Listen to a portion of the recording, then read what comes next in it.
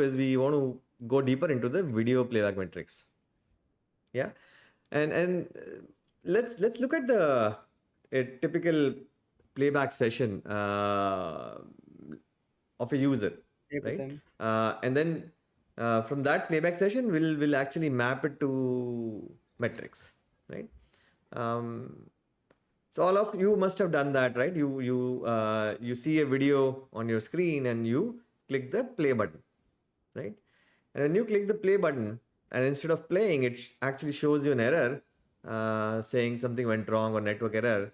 Um, this is our first metric, right? We call it playback failure metric. This is more of a reliability metric which measures the percentage of the time video is actually failing to play, right? For whatever reason, and we'll talk a lot more details in this video, right, about this metric. Um, Now let's take the journey further, right? After you have clicked the play button, there is a few seconds of spinner which is shown, and then the video starts playing, right?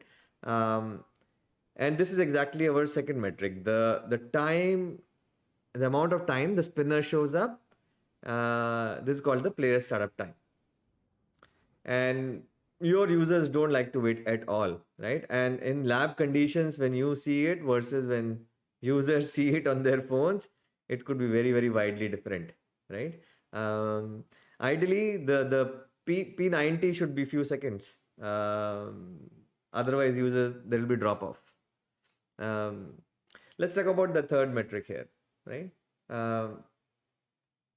So once the video starts playing, you will again see the spinner sometime, right? And spinner could be there for a long time, or it can happen that the spinner shows for smaller duration multiple times, right? And this is what we call rebuffering rate.